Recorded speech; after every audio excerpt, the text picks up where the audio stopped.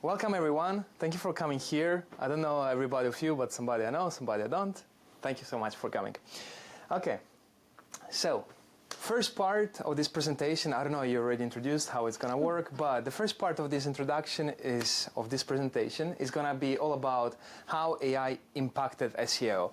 Actually, it would be much better to say how AI didn't impact SEO, because we all remember when in November 2022, at least I remember it very well, I was sitting on my couch, I was getting to go to bed, and I see a news, ChatGPT got released.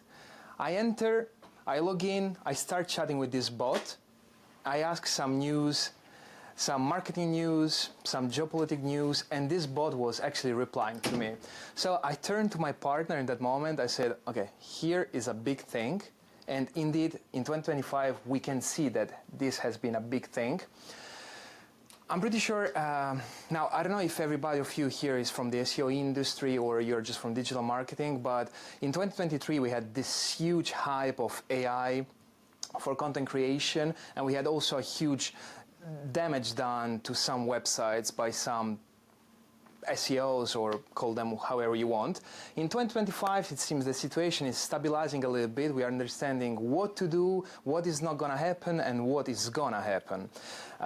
Or at least I understood this after Brighton SEO in 2025. We understood what could be done in SEO, what is no longer, there is no space anymore. But anyways, however the situation is stabilizing, AI impacted our industry tremendously. How? Well, you can see this graphic. This graphic has been published by SEMrush, and credits to their team, a few months ago. We are here. We are in 2025. Search engines, traditional search engines, still have something like 10, 15, 20 times more traffic compared to the AI search engines. But 2028 is very close. It's just 24 months away, right? I'm not very good at math. Yeah, 26 months away.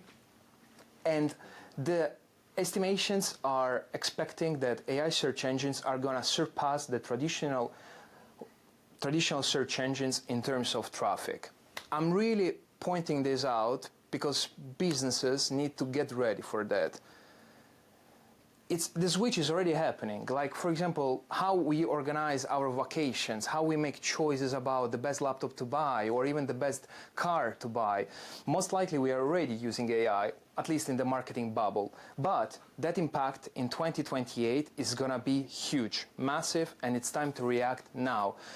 For a few reasons, mainly because marketing takes time, especially in SEO. Before the search engines pick up a brand, it's going to take time. To convince you or to convince who is going to watch this streaming live that AI has impacted SEO, I want to mention just some statistics. Sorry, my bad here, I didn't put the source. I think it's still SEMrush here. A few months ago, they shared some statistics that says that when we have an AI overview, just 8% of people click on a link that surrounds AI overview. When we do not have an AI overview, 15% of people click on a link on the search engine result page. Concrete numbers, here we are talking about 50% click-through rate reduction. That is a massive reduction for small, medium, huge businesses. This change is especially affecting top of the funnel content, middle of the funnel content, and soon is going to affect also bottom of the funnel content. To give you another statistics about how this change is impacting the industry, some publishers reported between January and June 2025 a traffic reduction between 1% and 25%. Here we're talking about huge giants like New York Times, Wall Street Journal, and blah, blah, blah. But imagine if this traffic happens with a small company. Fortunately, we didn't experience this thing just yet for some reason, but sooner or later it's going to come. It's going to come, this change. That's why we need to start changing our way of doing analytics.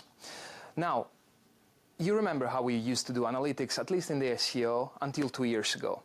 All what you had to provide to your management, to your founders, were the traffic. Our traffic is growing. If it's not growing, then you're fired. And then you had to provide also some leads. This traffic is bringing leads to our demo page, to our newsletter, whatever it is. Now, we have many more new metrics. One of the most important one is the AI brand presence. We need to switch our mindset from, oh yeah, we are growing our traffic, to, yeah, we are growing our brand presence in the AI search engines, because it seems that brand is the new keyword, not only in the SEO industry, but in general in the marketing industry, because we need to please Her Majesty search engine, AI search engine. So, and the search engines consider the brand a very important thing. Another metric that we need to start tracking is the AI referral traffic. To do this, I suggest you scan this QR code, because there is the wonderful Andy Crestodina, hello Andy if you're watching this, that he has this wonderful tutorial about how to track AI traffic and leads using GA4. So scan that QR code and you're gonna find it. How to make those analytics positive, the analytics of brand presence and so on and so forth. To make those analytics positive, you need to go with a search everywhere approach.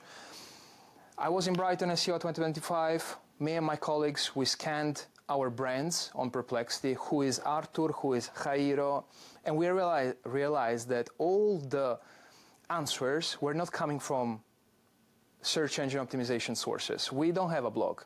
Yeah, I'm an SEO, I don't have a blog. Yeah, I'm one of those. But all the answers were coming from LinkedIn. Many other answers are coming from YouTube, Reddit, Quora, and recently, you all know that also Instagram is providing information to AI search engines. That's the reason why I believe that brands, to react to this massive tsunami, they need to optimize their content redistribution.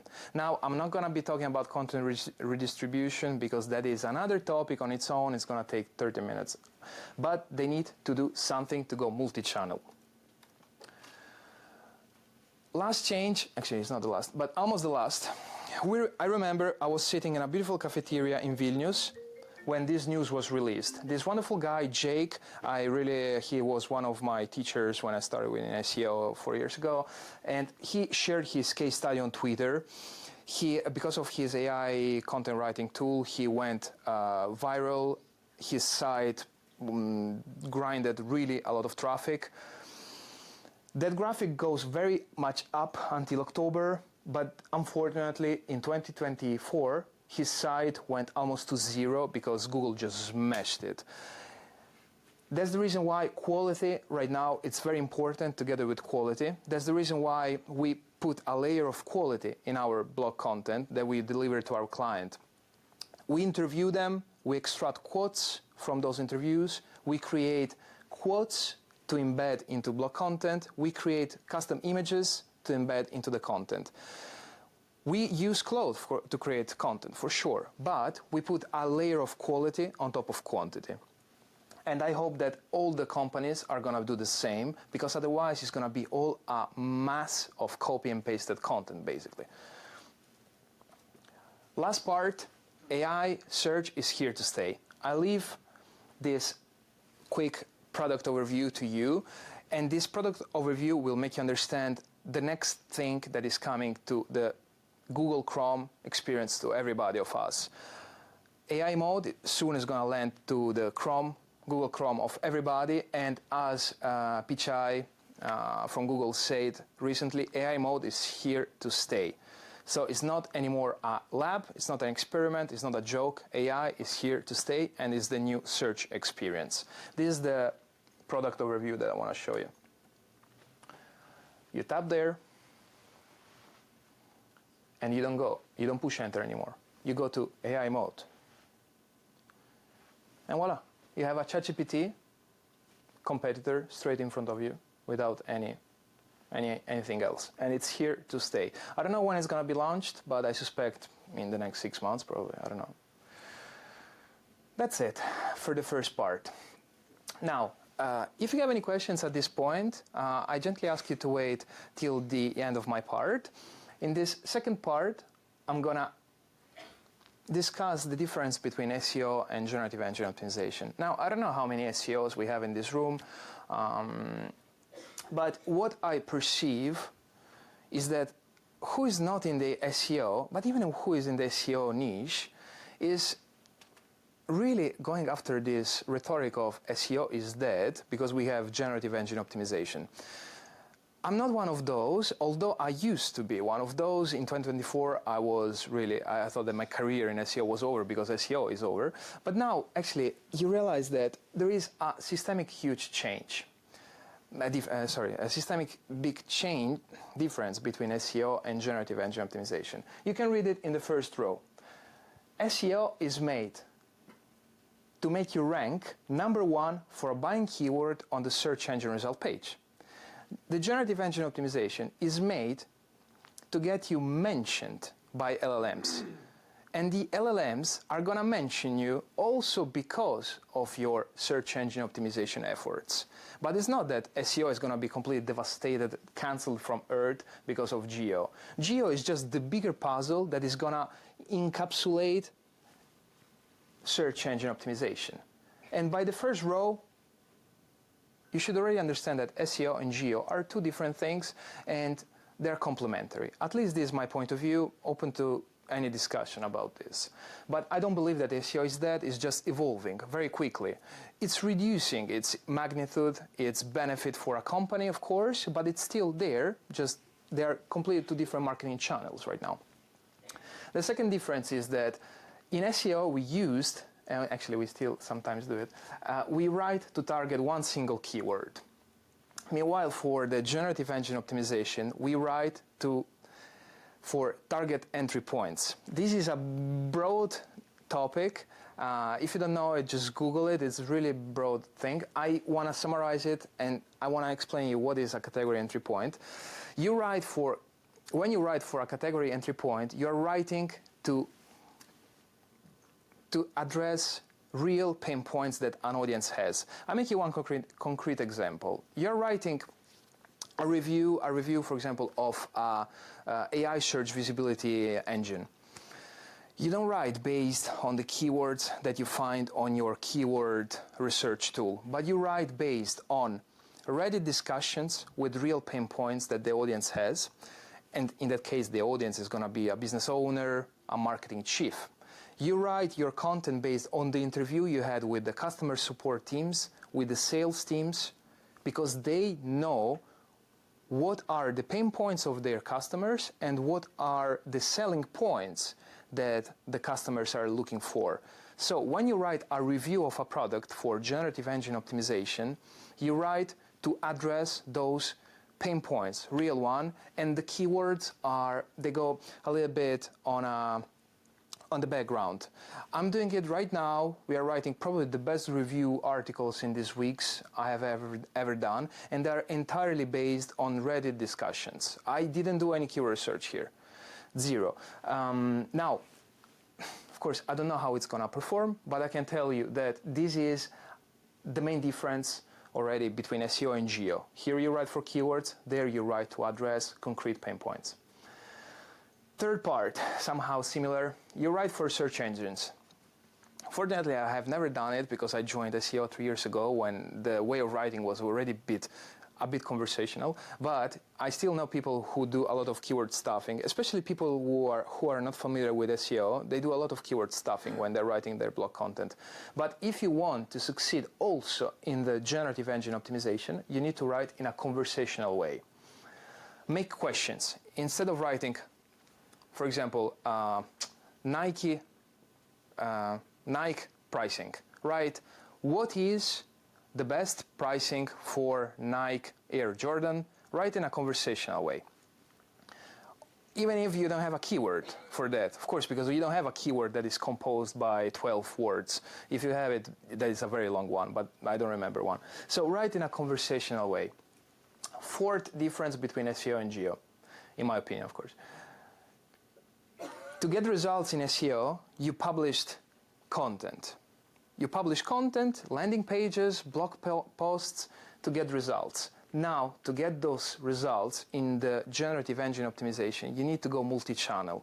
As I said before, yeah, of course, SEO is going to make you bring results. If you are a big corporation or a small business, investing in local SEO for a small business or content writing for a big B2B still brings results, but you're gonna really be penalized in the generative engine optimization if you don't go multi-channel. This is my point of view. Fifth point, backlinks were enough in the SEO. In the new game, unlinked brand mentions are the key. All what matters is the brand sentiment that the people have on Reddit, on Quora, and how many times your brand is mentioned. Indeed, I'm pretty sure you noticed that the word digital PR really skyrocketed because that helps a brand to grow. In the SEO, being relevant brought us visitors. You are a plumber, people search for plumbers in Helsinki. Google were showing plumbers in Helsinki because you were relevant. Now, if there is a plumber who understands the importance of branding, probably that plumber is going to be showed at the first spot on ChatGPT, on Perplexity, or AI or reviews, because they have a stronger brand. Next point. Let's move on straight to the technical audits. Technical SEO used to be a very important thing for SEO and still is a very important thing. But in the generative engine game, instead of doing a technical audit, or better, don't do just a technical audit, but do also a brand audit. Understand how your brand is going online. I use a tool called ScaleNut to do that. It does a brand sentiment analysis on Reddit. You can jump into the conversation and you can provide your defense, or you can help a potential client to understand that your brand can help them. There are many ways to do that, but the main thing is that you keep an eye on the brand sentiment. Last point, to conclude, here we go a bit into the black hat tactics. In the SEO, we didn't have such a thing like synthetic brand mentions. We discussed this a few months ago. In the SEO game, you didn't have this. Well, in the generative engine optimization game, you have the synthetic brand mentions. Why is it so? Because, as I repeated many times, I think YouTube is going to cut out some of these keywords that I mentioned, but brand really matters for generative engine optimization. And that's it for my part. Before I leave the stage to Lari with a few case studies, sorry if I went over timing. I didn't keep a clock under control. So do you have any questions at this point? About your last point, what is a synthetic brand? It's when somebody pays somebody else Oh, okay. Got it. to make your brand mentioned more and more and more and more. Okay, got it. That's it. Yeah. So we never tested it, but some clients proposed it in the past. It's like payback things. Yeah, Okay. that's right. Yeah, some clients proposed it. We said, "Are you sure about that?" We're not. So yeah, that's it. Cool. Thanks. I think go ahead. Sorry, should these mentions be multi-channel as well, or it can be some feedback website or like on Google or somewhere?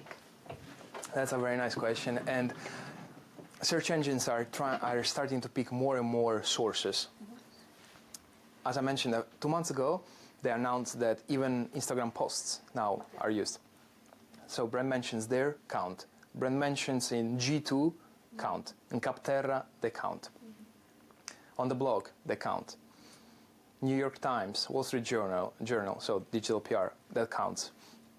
Who knows, maybe in the future even LinkedIn posts are going to be trained, are going to be used to train AI search engines. So Yes, they will. they will, did they announce it? Yeah, they get a little pop-up now. November 3rd. Oh yeah, by the way, yeah, I said no, I don't want that, so yeah, I forgot. So, Yeah, I remember opt that. out. Yeah, I opt out for that, so yeah, but yeah, thank you for the reminding. So probably next month is going to be even TikTok, who knows, so yeah. I would keep an eye on all these platforms. So writing articles, you need to actually put as much brand mentions as you can. Yeah, of course, in a natural way, because otherwise we go into the keyword stuffing, you know. So maybe you can discuss with, I don't know, a news provider in your town to speak about your brand, or you can pay for a digital PR campaign. There are multiple ways to do that. I would personally go only with organic content because I'm an organic content creator by default. I would leave digital PR maybe as a last stage, quite honestly. Sorry if there is somebody doing digital PR here. Good. Okay. I think we can continue, Yeah, and then there will be time for questions in the end because there's going to be a workshop as well. Yes. Oh. By the way, the tenants in this office would kill me if I didn't mention, if you're looking for a digital PR agency, this is the San Francisco PR agency office. And so I'm very happily a part of the E28 community here. So there are marketers here who enjoy working with the digital PR people in their office. So anyway, case studies. You guys love these things sometimes. Let's go through a couple case studies. One's a traditional SEO case study, and one's a GEO case study. This is what actually not my first customer, but my second customer. My first retainer customer is a company called One.io. They're an integration platform, and I started working with them, somewhere in the February of 2024. And basically what you see on the graph is in the first year of AI SEO, I could literally just promise you that if I write enough blog articles on your blog, that 10x is guaranteed. Because every customer I had in the first year, we literally did the same thing, and we did the same thing over and over and over again. And then this happened. So there was in the end of last year, basically what happened is Google introduced this AI overviews feature into their search results, which basically means that on the top of all the links to websites, there's now this AI generated search bar that kind of gives you answers that are completely generated. And most of the time, it either doesn't have a link or it has a link that no one wants to click. So I think Artur mentioned 8% of people don't want to click those links. People don't click those links. So anyway, this happened. And in the end of last year, it was basically for companies like One.io, that was like, okay, that's top of funnel stuff. It's like, what is an integration platform? The kind of articles that you're writing to get visibility were the first ones hit. But soon enough, in the kind of spring of this year, it actually went middle of funnel and then the bottom of the funnel. And actually these days, if you look at it, most search results, if you look at it, there will be AI overviews there. And whether it has a click or a clickable link on it or not, those things are making kind of traditional SEO a lot harder. Well, around that time, we were thinking, oh shit, we're not going to offer this to anyone anymore, because basically the old-fashioned way of pumping out new blog content, it just didn't work anymore. And to be honest, it doesn't really work in that way anymore. But we have been working in different ways, for example, with One.io. And I think the practical advice I can give in terms of this case study was that when we realized that Google had decided to change the search engine to be an AI-first engine with no links, the first thing we did is we tried to de-engineer and kind of re-establish, okay, what is over there? How are those results presented? And how do we start kind of optimizing for AI overviews? And that's basically what we've been doing with companies like One.io. Some practical advice.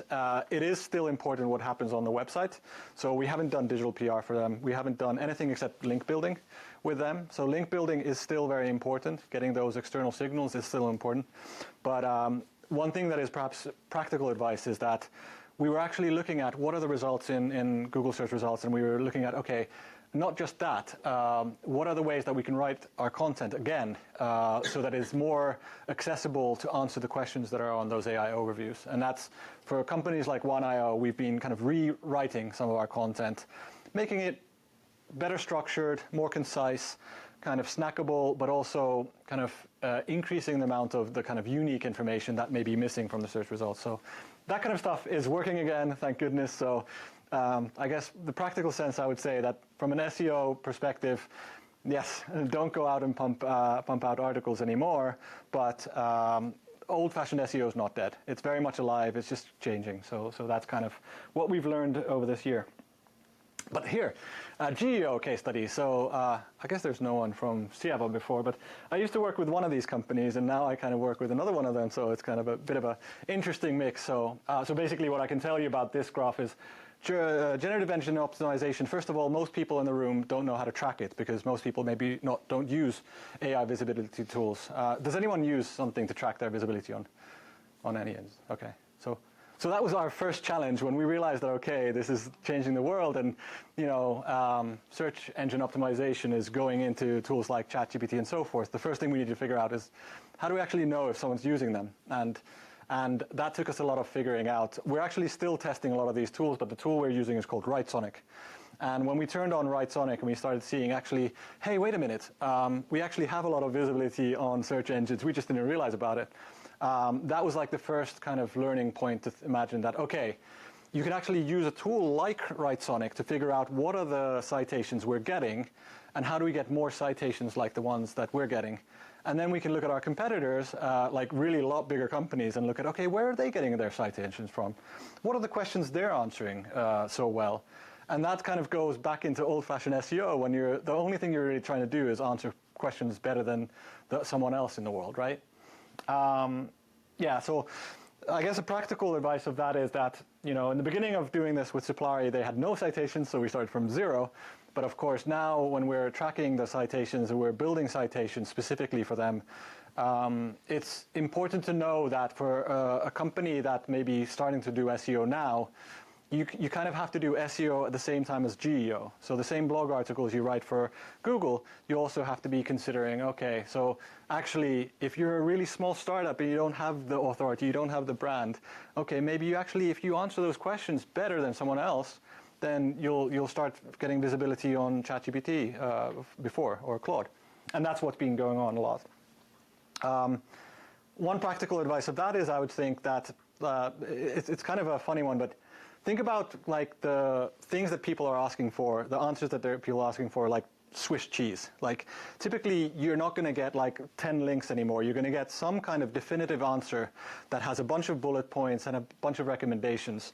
And that's a bit like Swiss cheese in the sense that you will find that parts of that Swiss cheese are really well covered. You'll find that, okay, IBM answered that point really well, Microsoft answered that really point. I can't beat them on answering those 5 bullet points, but there's always going to be a couple bullet points in the answer that ChatGPT gives you, and it's like that's the empty part of the Swiss cheese.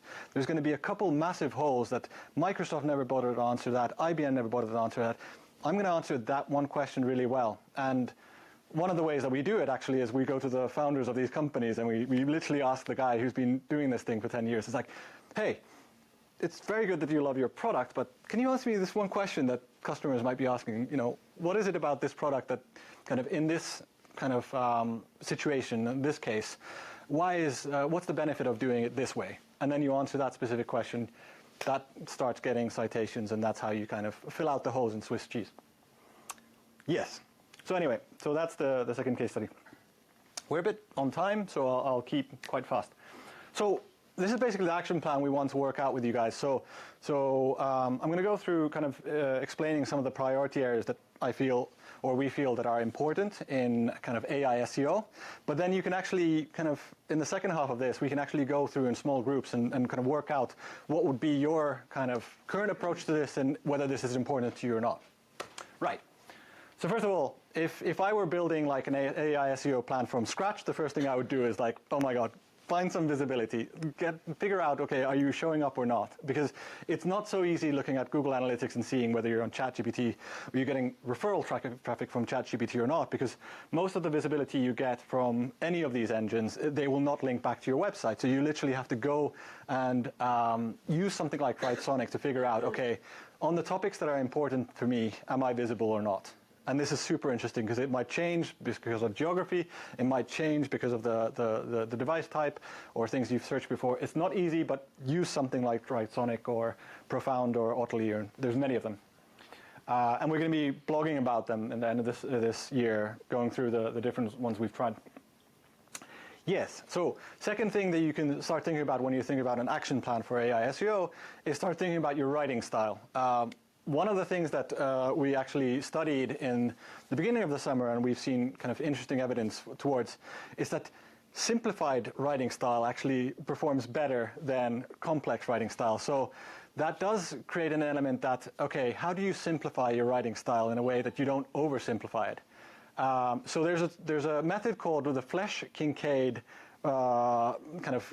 scoring of writing style, and it's really nerdy, but you can actually type into Google and get yourself a Fletch Kincaid score for anything you've written, and you can actually optimize your writing to say that, okay, I want a Fletch Kincaid score over 20, for example. And it's like, that way you can, without sounding like an 8th grader, without sounding like a 5th grader, you can actually kind of simplify the writing style that you have. And it involves elements like short, long paragraphs, adjusting jargon, complex words to more simple words, making it flow. Yes? Yeah, can I ask just this? I read that AI actually tends to Yes. evaluate best if Yes. if you are writing in AI style. Yes. So does it mean that you are just feeding back AI Yes. style and you have good? I hope not. I hope not. Exactly. But to some degree, that's true, because let's say having 5 bullet points that are sentenced in the beginning of the blog article. If you look at some digital publications, you will find that some of these major kind of digital publications are actually starting to write optimized for kind of simple, skimmable content. And they actually are probably a better user experience for you as well, because coming up with another example is that come up with what you're supposed to say in the blog article in the first 2-3 sentences. So if you put that in the beginning of your blog article, it's what the AI engines want, but it's also often what people want as well. So there's logic to it without overdoing it. Yes. Lari, Yes. sorry. Yes. Whenever the audience have any questions, Yes. do you mind to repeat it again? Both you and after? Yes. Apparently we cannot hear it very clearly without Oh. the microphone. Okay, I will try to do that, yes.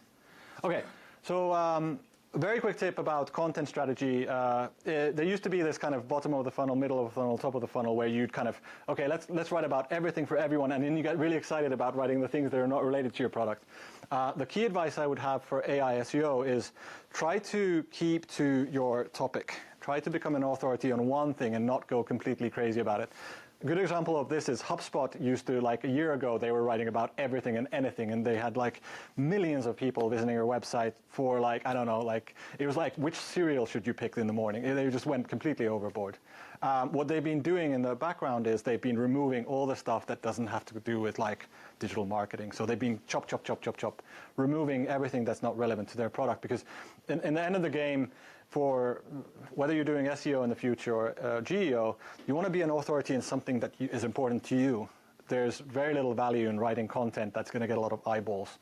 And both the GEO engines or LLMs are not very interested in generalists, but also Google really doesn't want to see the world filled with internet kind of stuffed content that no one really trusts. Anyway. Okay, where are we now? Surface unique content. So another thing that's really important is that the content needs to have something unique that's not on the internet yet. So when you think about it, if there's 10 competitors that you have and you're all writing the same ultimate guide to something or another, it's just Google doesn't want to see that anymore. There's too many of those in the world. They will only surface the ultimate guide written by Microsoft or IBM or whoever's the biggest brand in your sector. What you need to do instead is just think about stuff that is unique. And the best way to get unique content is interview your founders, subject matter experts, or customers. So literally what Arthur was doing 30 seconds ago, he was interviewing a customer of one of our customers, because when you have actual voices of customers that you interlace into your content, oh my God, SEO likes it, Google likes it, LLMs like it, everyone wants to have an actual first person view on what people are talking about. Yes.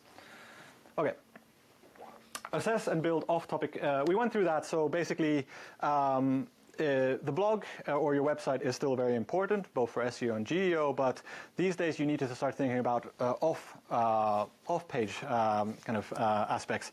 Specifically for this, that as we just discussed, it may be that the answer that you're getting on ChatGPT comes from Reddit. It might be that it comes from LinkedIn. It might be that it comes from YouTube. So you kind of have to think more than one perspective on this, where especially with, let's say, something like ChatGPT, who doesn't even give you the source of where it gets its information, they kind of trust large websites, and your startup is probably not a large website to be trusted as much as YouTube or BBC. And you can debate endlessly about this, whether Reddit is a reliable source, but Reddit is an important source for some of this stuff. Lari, Yes. before we move on, So I think it was probably last week somebody mentioned they had made a joke Yes. on LinkedIn. Yes. And it was being used. Yes. Yeah, you saw the same one? Oh, I haven't seen that, but I can totally believe it. There's a company that somebody Yes. from the company Yes. had, like a leadership, Yes. had made a post on LinkedIn. Yes. April Fools. Yes. April. Yes. And now, I forget which search or which Yes. LLM is using it as a source to say that this company XYZ does this or that. Oh my God, I'm never going to do an April Fool's So- joke ever again. Doesn't Be have sense of on LinkedIn. No. So be careful. Yes. Like these Oh my kinds God. of like, Yes. you know. For sure, for sure. It was something Yes. about this company is no longer remote, but they are still remote. But they're still remote, yes. Their website says they're still remote. Yes. Well, it'll be very nice One link. debating against, yeah, So anyway, yes. had to share. They're going to train on my LinkedIn data. Yes. Be careful what you say on the internet. Yes. By the way, this is recorded, so everyone is going to get the live recording from Awesome Marketers. Yeah. It's gonna be on YouTube. Yes. Okay. But hey, let's go back to the points. Multi-channel answers. So this is really interesting. As an agency, we haven't figured out what is our approach to Reddit yet, to be honest, because I think there's a lot of people who are trying Reddit stuff where they're trying to sell there and they're getting like trashed. I think there is a case for, let's say, like an employee of a company being honest. So there's a lot of discussion, let's say, about software companies where people are asking for alternatives. In those cases, I think, because we optimize a lot for this in SEO, I can see and tell you that like a respectable answer where people are honest, saying, "Hey, I represent this company. This is why we think these are our benefits." That kind of stuff is usually not trashed, and it's usually highly influential as well. So a practical advice is that you don't need to answer every single person on the Reddit talking about cats, fish, and emojis. But if you're answering about 2 or 3 kind of product comparisons where you're honestly, talking about, okay, hey, thank you for the feedback. Here's what we do. That kind of stuff seems to be working. But for an agency, we haven't yet kind of mastered how we would offer that as a service. But YouTube is interesting. We are doing YouTube. YouTube is fascinating. Maybe a topic for another day, but YouTube is absolutely amazing because it's really influential for AI overviews on Google, obviously because Google owns AI overviews, but because B2B have really sucked at it for so many years. So most B2B companies have like webinar uploads there with no descriptions of what was in the webinar. So a 30-minute video with absolutely no information for a search engine to figure out what was in that video, with no engagement. So horrible. So we are now doing YouTube, where we're literally doing interesting stuff like we'll take a case study of a customer, we'll make it into a video case study. We'll take a blog article we wrote and we'll do it into like interactive animated video of it, using avatars, using all kinds of translation technologies that are quite kind of trying to kind of automate as much as the storytelling as we can. But YouTube is massive for B2B. And underused as well. Do you get views on the shorts for those videos? The shorts get more views, but the shorts are more difficult because like a view of a less than a minute long video, you don't really have a description on the short what you're talking about, whereas arguably the value of a 3 or 4 minute explainer video that's all documented that here, this is what we do, I would still put more effort into landscape videos. Yes. Quick question. Good. What is your experience with AI avatars? Where you're testing Yes. them out for video content? Oh, yes. The first customer we tried out with, we did kind of human avatars. HeyGen and a couple others, we were trying Synthesia. The first month we did a month of work, but then we decided with the customer that it's not good enough. We didn't invoice them at all. So we spent a month working on how to do avatars looking natural, and we just decided, okay, listen. So now we use voice avatars, which are it's practically the same thing, but it's a voiceover. But the technology is super interesting. So you can actually kind of get feedback from someone in a sales team, change a word, and bang, that's changed. You can localize things very quickly. That really works well.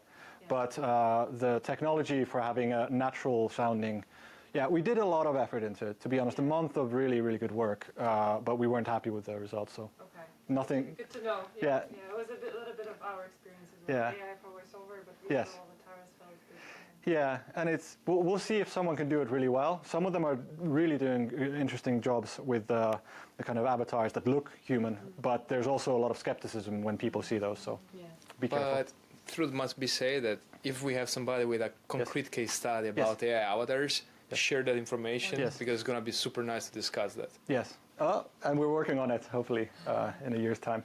Hey, so where are we back to? The brand citations. Okay, so brand citations, super interesting. We talked about PR, the kind of stuff we're not doing, but if I was in an in-house role, I would definitely revamp the old affiliate program. So, having an affiliate program where people are actually mentioning your brand, whether you get a link or not, it kind of had benefits before, but now it's actually even more benefits where, you could do really interesting stuff with good old-fashioned affiliate marketing, or like have an ambassador program where you actually incentivize customers to talk about you or your partners to talk about you. Like if I were an in-house CMO, I would probably think about an ambassador program right now.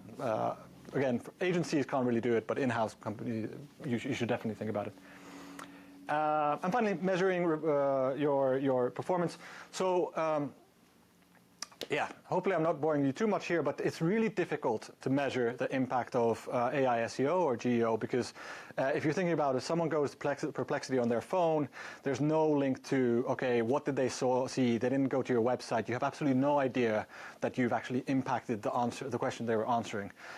They might go to ChatGPT. There's no link between ChatGPT and Perplexity. Neither of those times they actually go to your website, so there's nothing on your website indicating that person is interested.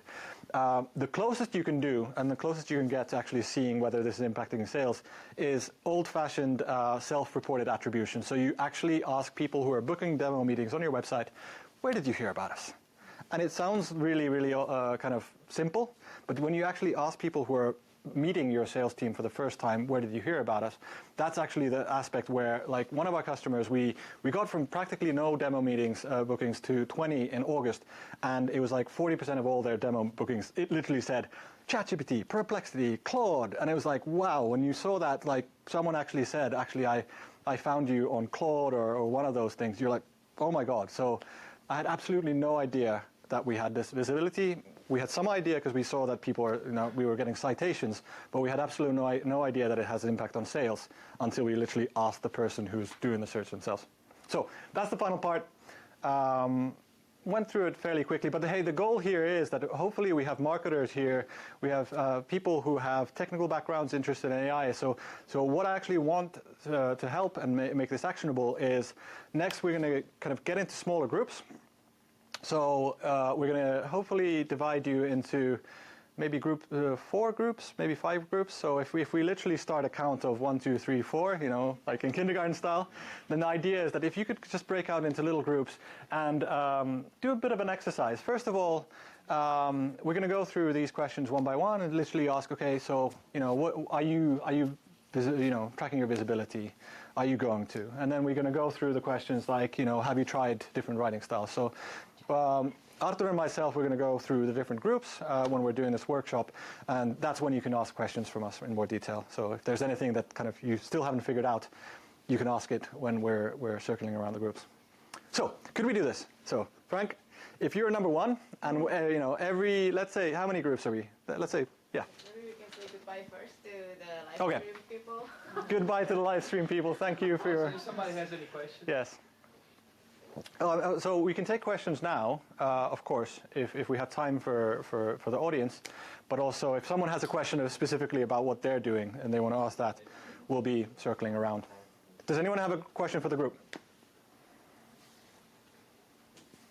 It's fine. This is not scary. It's just microphone. Yes. It won't bite you. So. Yes. Because people know that they can ask a question. Yeah, maybe I can ask one. Yes. I just think that the large language model likes that to answer the question according to the query. Yes. And so I'm not sure for that the maybe previous one that writing some stuff on the AI style. Yes. I guess could you write more questions according to your content? Yes. And maybe is it easier than to be retrieved by some Perplexity or ChatGPT? Yes. Yes, I mean, the long and short of it is that this question and answer format works really well. In old-fashioned SEO, you'd have maybe one topic and one page, and you'd go through in detail.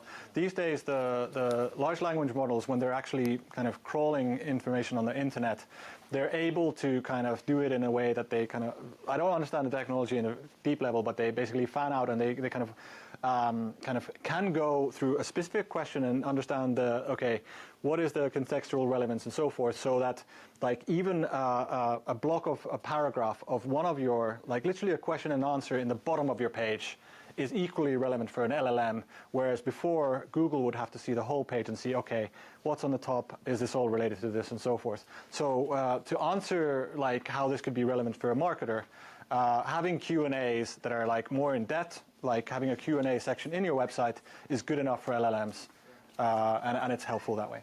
Yes. Yes. Have you been adding LLM TXT files to No. websites? No. No. So there's basically like, let's say like for SEO you can add something like what's called a sitemap to your website that basically helps something like a Google understand the structure of it and so forth. There's an emerging technology that you can add a text file for large language models, but from what I've seen, like every SEO conference I've been following for the last year, there's not a single company that takes it seriously. So no one from Google. Either, that's what yes. So everyone who's like familiar with them says that there's no benefit for adding this text file yet, but it might be very different in 6 months' time. So currently, we don't touch them. Yes. Yeah, a colleague of mine from another tech company, so they started actually adding the FAQ section on the bottom of every single page on their website. Yes. Is it a valid strategy then? So, so is that a link to the FAQ, or is there a FAQ for topics? Well, whatever page it is, I don't know, pricing, product, blog. So there is like, on the bottom of the page, there is a FAQ, and there's like accordion or like a drop down.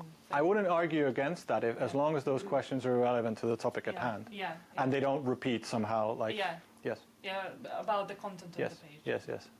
Sounds good. Can't say what the impact is, but it's an interesting approach. I think everyone is testing. Yes, which is great, isn't it? Yes. But there's a historical context to that. Google used to have these, before AI Overview, they had these questions. Yes. Well, they still have it under AI Overview. Yes. And that used to come from, there's an FAQ schema. Yes. Yes. And people would try to manipulate that, but the relevance of the FAQ started. Yes. Google basically took it off a year ago or 2 years ago. Yes. So it might be that if somebody still thinks that Google is ranking it high, that's not relevant anymore. But the FAQ schema should still be valid. So that you should still apply.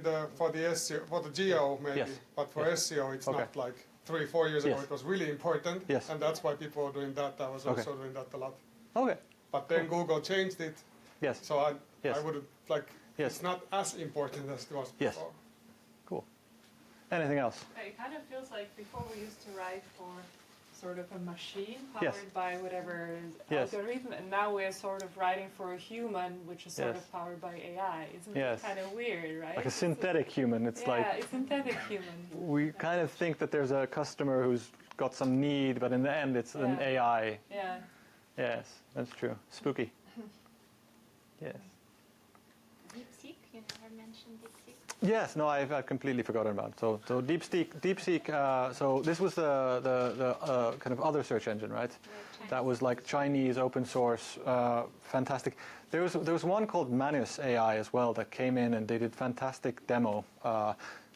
So there are a lot of these search engines or answer engines that come up here.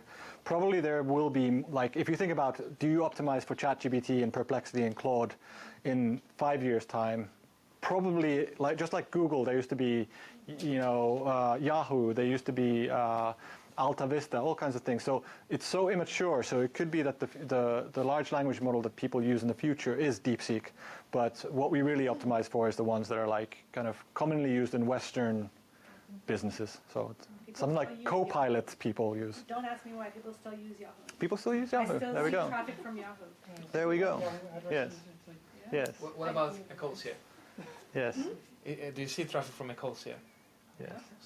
Damn it. Is the yes. Not The the search search engine. pages. I'm Yes. one of those that is not tracked. Then. Is the search engine that helps you plant plants around the globe. Yes. So, yeah. And DuckDuckGo. Yes. One more question. Just one more point. How important it is actually to translate your content or Translate. search engine? Let's say if you're looking for a German, Yes. how important Yes. it is to have pages in German and content in German? Yes. Really good question. So I'm really enthusiastic about localization and machine localization. So if you're a company that is in let's say Western Europe and Germany, machine translating your website in a really efficient way, in a high quality way, it's a great idea for old-fashioned SEO. What is the impact for GEO? I don't have a direct answer, but some of the work we're doing, let's say with YouTube, we're very enthusiastic in machine translating. So creating an English language version first and then creating a German one. So like the more you can make the content that you have accessible to the markets and the languages that your customers use, it's a really good idea. And let's say if I search in German or ask ChatGPT in German, will it actually find me English sources? I'm not an expert of that, but I would imagine that it really tries to answer the question with the information it has it at hand. So the customers we have are active in the German market. We encourage them strongly to have German language websites. My assumption is that they get more visibility in the German market because they have the localized content, but I can't kind of know whether it's like for a specific question or not. But it's something to explore more when you're looking at the visibility and the impact. Yes. Yes. Still one more question. I guess that it is also very common that the large language model can just directly answer some question without sourcing any source. Yes. Yeah, so in this case, for this question, Yes. I guess actually if the user just read that and do not need to click it. Yes. And because it gives the answer. Yes. So how to transfer it to link that to your business? So the question is, okay, large language models can answer questions definitively without referencing the sources and so forth. That is true, and this is unavoidable. That, the funny thing is that, yes, it can be a good or a bad thing. So of course you want to be a factual source in what you do, and you want, let's say, if it's a question about a brand, you want, so some of the things that you might want to do is like if you have like a category, you might want to write an article that, okay, we are in the top 10 products in our category, and then large language models will include you in the listicle. So you can influence like mentions in large language models, but what you can't influence is whether they trust you as a source to include in the final output or not.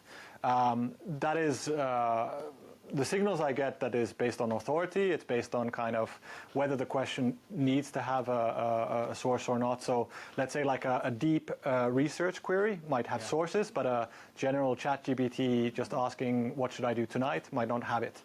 You just have to live by the rules that there's going to be a lot less clicks. So ChatGPT, I think, recently removed the links kind of from a lot of the, even if they mention a source, they'll remove the links. It's just the way these go, and you have to be ready that there's going to be practically no references back to your website, but you can still influence the behavior of customers, and you can measure the behavior of customers when they come to your website and take action. Okay, I see. Yes. Good. Do you get citation on Profound if it's just a link? What? On Profound or other metrics tools that are... Yes. Do you see citations if it's just a link? Yeah. No. So these will be brand mentions. So it's like so it has to say brand name. So what's the difference between maybe tracking like visibility or impact with people coming to your website or inclusions of your link? These will actually mention like they will be brand mentioned. So if it's like, if your brand is visual components and you say, okay, everyone, like, show me all the words in the world or the queries in the world that some big search engine knows, the visual components is mentioned. So it literally is a combination of words together. So some of them do it easier, some of them do it less easily, but you can track individual brand mentions. Yes. Thank you for the shout out. Yes, good.